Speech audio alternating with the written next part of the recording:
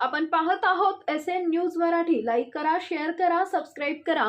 रहा सांगोला विधानसभा मतदारसंघाचे महायुतीचे अधिकृत उमेदवार महाराष्ट्र राज्याची मुलुक मैदानी तोफ आणि सांगोला तालुक्याचा बुलंद आवाज आपल्या सर्वांचे लाडक्याने लोकप्रिय नेते आदरणीय आमदार शहाजी पाटील यांच्या धनुष्यबाणासमोर बटन दाबून त्याला विजय करण्याचं आव्हान महाराष्ट्र राज्याचा भीमशक्ती संघटनेचा अध्यक्ष त्यांना करण्यासाठी आपल्या समोर उपस्थित आहे।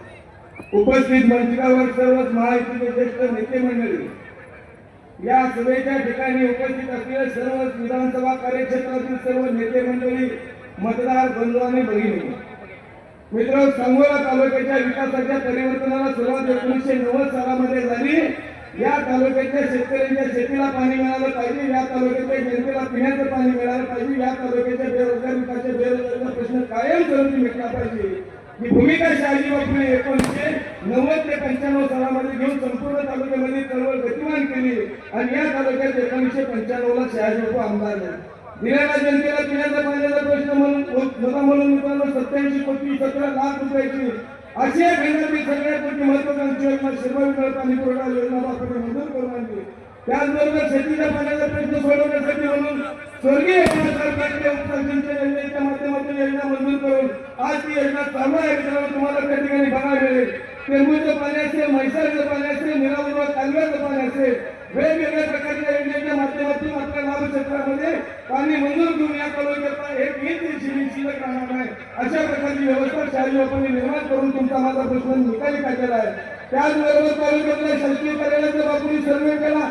ब्रिटिशकालीन असणारे रेस्टॉरंट, ब्रिटिशकालीन असणारे तहसील नव्हतं, सगळेच कार्यालय एका छताखाली आले पाहिजे म्हणून ग्रामीण रुग्णालयाच्या पाठीमागे शहाजी बापूंनी 3 मजली इमारत, प्रशस्त अशा प्रकारची सगळी नवीन प्रशासकीय इमारत मंजूर करून या तालुक्यातल्या प्रत्येक शेतकऱ्याचे शेतमजूर असतील सर्व लाभार्थी एका छताखाली येऊन त्यांचे प्रश्न मार्गी लावून त्याला जाता येईल अशा प्रकारची व्यवस्था केली। या तालुक्यातल्या लोकांच्या आरोग्याचा प्रश्न म्हणून मित्रांनो शहाजी बापूंनी ग्रामीण रुग्णालयाला ग्रामीण रुग्णालयाचा दर्जा मंजूर करून घेतला आणि 50% अर्थव्यवस्था प्रकारचा हॉस्पिटल तुमच्या माझ्या सगळ्यांच्या सेवेत निर्माण केलं। त्याच्या पुढे गेल्यानंतर या तालुक्यातल्या तमाम मुस्लिम बांधव ईदगाह मैदानामध्ये आल्यानंतर त्या ठिकाणी संपूर्ण चिलार होतं।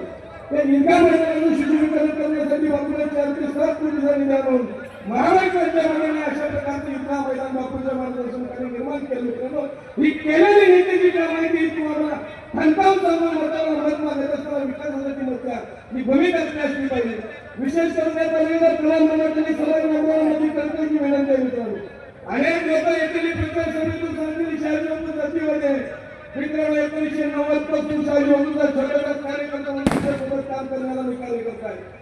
मित्रांनो, ज्या माणसाने फुले आंबेडकरांच्या चळवळीला गतिमान करण्यासाठी स्वतःच्या जन्मगावामध्ये स्वतःच्या घरासमोर महामानव बाबासाहेब आंबेडकरांचा पुतळा निर्माण केला आणि तिथून संकल्प करून या विधानसभेच्या कार्यक्रमात करायला सुरुवात केली।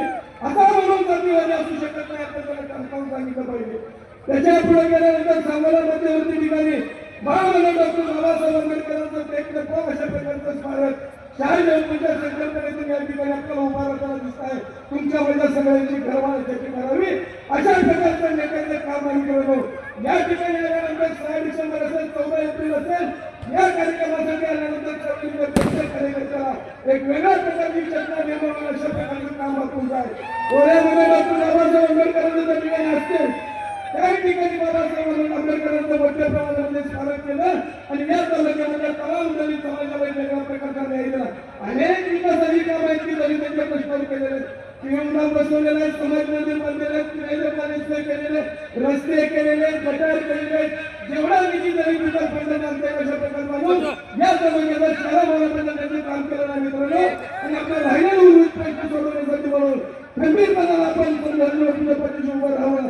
आजच्यापासून मतदान होईपर्यंत न थांबता प्रत्येकाने माणसाला मतदार चेक करून आपण कशी फुली पडेल अशा प्रकारची काळजी आपण सगळ्यांना घेऊया। या ठिकाणी गेल्यामुळे जास्त बोलत नाही, पुन्हा एकदा आव्हान करतो की 23% मतदान करत असताना शहाजी बापूंच्या धनुष्यबाणासमोर मतदान दाबून त्याला विजयी करा अशा प्रकारचे आव्हान करतो मी आपल्याला करतो। जय भीम, जय भारत। एक 2 मिनिटं मी आता सगळ्यांची मनोगत या ठिकाणी थांबवतोय।